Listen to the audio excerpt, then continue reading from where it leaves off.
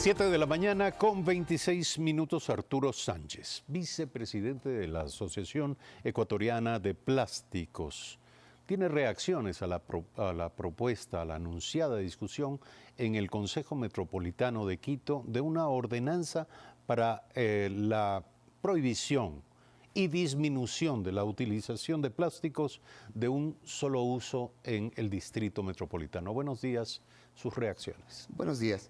Sí, referente a la ordenanza o a los proyectos de ordenanza que se están tratando en Quito, creemos que es importante hacer algunas aclaraciones. Cuando hablamos, por ejemplo, de plásticos de un solo uso, se tiene que distinguir bien entre los plásticos que están en contacto directo con los alimentos, llámese leche, arroz, azúcar, etcétera, que son también plásticos de un solo uso, y los plásticos que se utilizan para el acarreo, las fundas plásticas. Entonces, cada una de ellas tiene una función diferente y están hechas para una actividad diferente. Pero todas son técnicamente reciclables, o sea, pueden ser transformadas nuevamente en materia prima. Pueden ser, pero no lo son. No, hoy por el momento no existe esa motivación, esa incentivación para que la gente recicle el producto, lo segregue adecuadamente y lo volvamos a transformar en una materia prima. Pero la gente, ¿quién es? Todo el mundo. Sí, realmente el consumo y la utilización es una responsabilidad de todos, desde el productor hasta el usuario final. Todos tenemos la responsabilidad de colocar adecuadamente nuestros desechos. Es por eso que... eso puede ser cierto, sin duda. En esto tenemos todos responsabilidad. Pero esa declaración suele ser utilizada para diluir la responsabilidad y no asumir ninguna política pública a este respecto, con lo cual todos somos culpables. Y así quedan las cosas. Efectivamente, la Asociación de Plásticos siempre ha estado a favor de toda política pública que tenga que ver a favor del medio ambiente y con el cuidado. De hecho, nosotros siempre promovemos el uso de las 3 Rs, reusa, recicla y reduce.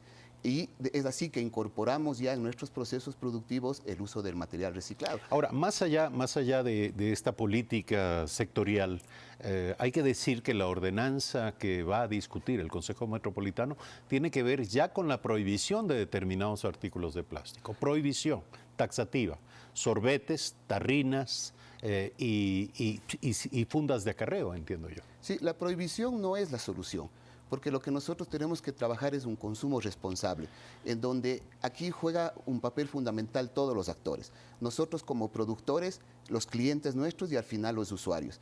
Lo importante de esto es que nosotros volvamos a dinamizar la economía.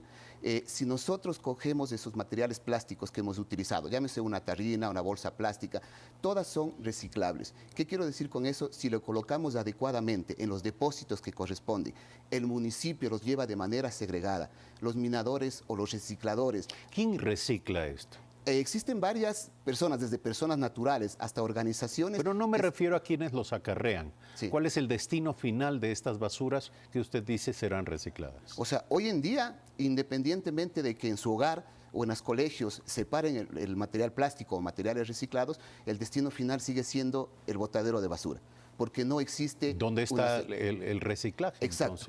Entonces, no existe. O existe en pequeñísima cantidad. Por eso es que nosotros... Entonces, ¿por qué hablamos de consumo responsable? Es a lo que tenemos que propender, es a lo que tenemos que hacer. En países, Europa o otras ciudades propias de aquí, por ejemplo, podemos ver casos como el de Loja, casos como el de Cuenca, ya hacen una segregación de sus residuos, la recolección de la basura es de manera diferenciada. Pero si usted me permite, quiero entender lo que usted está diciendo. Usted lo que dice es que la clave se llama consumo responsable.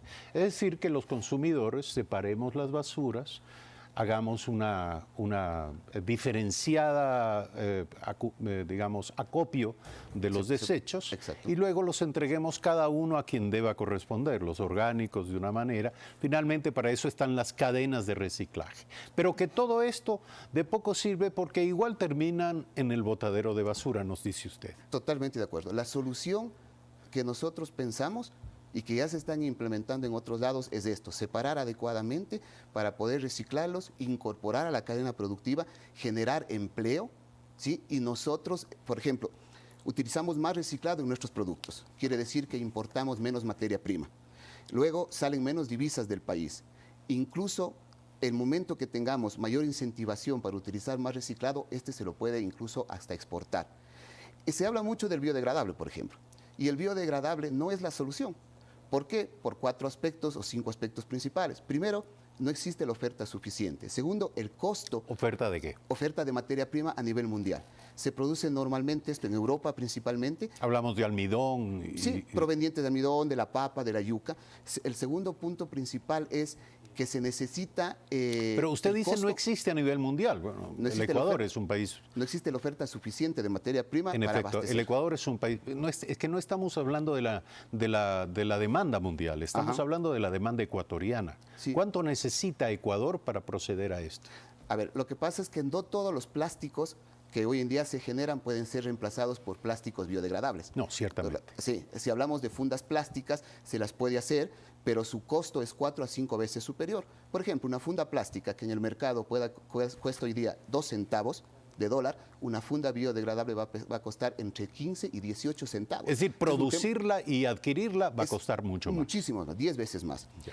Luego, la parte más importante... ¿Todas estas son razones para no actuar? Para no aplicar algo que no se va a poder ejecutar de manera inmediata.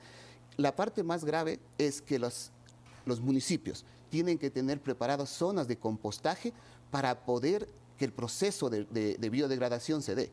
Si yo cojo una funda plástica biodegradable y mañana la desecho en la calle o en el vertedero, no le pasa absolutamente nada. Tiene que existir el compostaje industrial.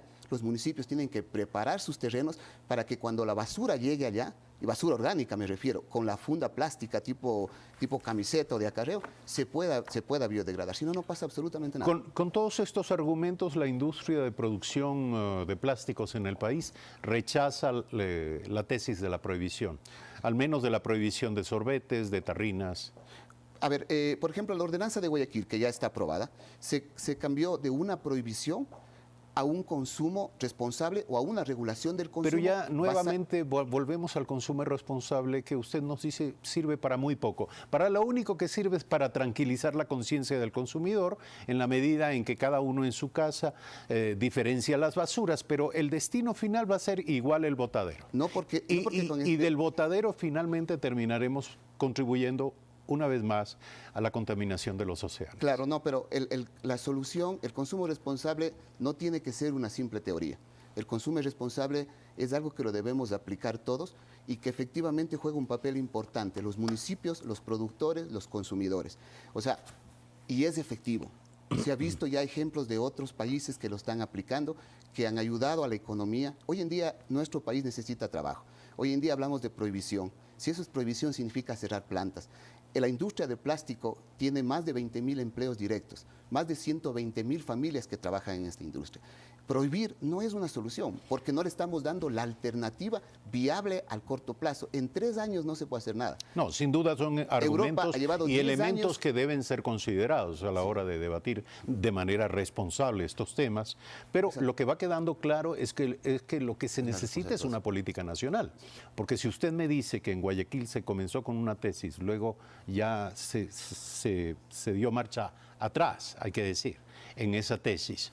Hoy en Quito probablemente veremos exactamente lo mismo. La industria del plástico ejercerá la debida presión para que el Consejo Metropolitano, en vez de hablar de prohibición, comience a hablar de uso responsable, con lo cual licuamos la oportunidad nuevamente de tomar decisiones de fondo, drásticas, verdaderas, reales, inmediatas, para enfrentar este problema. Sí, son 220 municipios o más, cada uno con su propia ordenanza y cada municipio con 2 o 3 proyectos de ley. Por eso nosotros estamos trabajando a nivel de la Asamblea para la generación de una ley que nos permita regular a todos y que todos vayamos por un mismo camino. Si no, vamos a tener que cumplir con una ordenanza y ciertos reglamentos que lo pone Quito, otro Guayaquil, otro Cuenca, y realmente eso se vuelve caótico, ¿no? Y la idea aquí es que todos trabajemos por el bien del país. Precisamente pensando en eso es que tenemos que trabajar de una manera integrada y conjunta, como usted bien lo dice.